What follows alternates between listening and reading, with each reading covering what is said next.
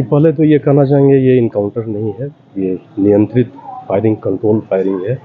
ये सरैया थाना अंतर्गत एक मुगौली गांव का लड़का जो कि राहुल कुमार नाम है, राहुल कुमार उर्फ राइडर, जो कि पूर्व से एक जयपुर में आइसक्रीम वाले पर गोली चली थी, उसमें ये वांछित था। और कुछ दिन पहले जयपुर में भी एक पिकअप लूट कांड हुआ था, उसमें भी इनकी संलिप्तता है।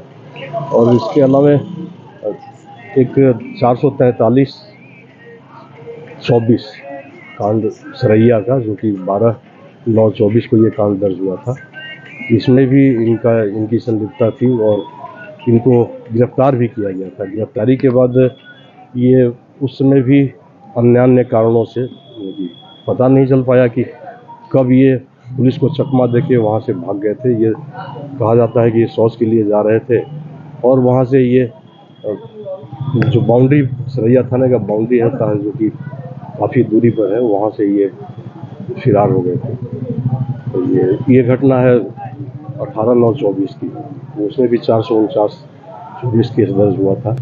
इसके अलावा जयपुर का जो आइसक्रीम वाले की उसको गोली लगी थी, और एक हाल फिलहाल में जो पिकअप वाहन पर आप लोग सुने होंगे, टोल प्लाजा के पास डेड बॉडी मिला था ड्राइवर का, तो इसमें इनकी संलिप्तता थी और इनकी गिरफ्तारी हुई थी।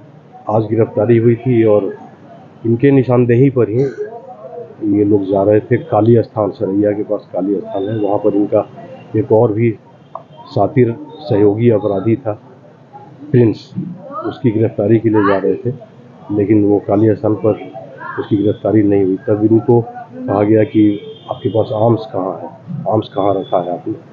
तो इन्हीं की निशानदेही पर एक कट्टा और एक कारतूस बरामद किया गया। और तब तक वो फिर इन्होंने कहा कि सर अब वो काली स्थान उसका समय हो गया है, प्रिंसवा आ गया होगा। तो काली स्थान फिर पुलिस गई और वहाँ पर जैसे ही जाने के साथ ही उन्होंने उसके थोड़ा पहले ही उन्होंने कहा कि पेशाब करना है। तो पेशाब करने के बहाने ये गाड़ी से उतरे और एक हमारे पुलिसकर्मी का उन्होंने पिस्टल छीना और लेके कि वो भागते, एक तरफ भाग भी रहे थे, दूसरी ओर फायरिंग भी कर रहे थे, कोई इनको पकड़ नहीं सके। जहाँ गाड़ी के पास जहाँ ड्राइवर बैठता है उसके जस्ट बगल में ये बगल वाले सीट पर सामने गेट के सामने फायरिंग कर रहे थे, जिससे कि कोई उसमें से उतरे नहीं और ये भागते रहे। इस बीच हमारे जो पुलिसकर्मी थे, साहसी पुलिसकर्मी, उन्होंने बिल्कुल कंट्रोल फायरिंग किया और वो नहीं चाहते थे कि इनकी जान जाए और बिल्कुल ही कंट्रोल फायरिंग करते। तो इन लोगों का मकसद यही था कि कैसे उसकी गिरफ्तारी हो जाए, क्योंकि एक बार तो वो भाग ही चुका था जिसमें कि हम लोग FIR दर्ज किए थे। तो इस तरह से उनके पैर में घुटने के नीचे एक गोली लगी है।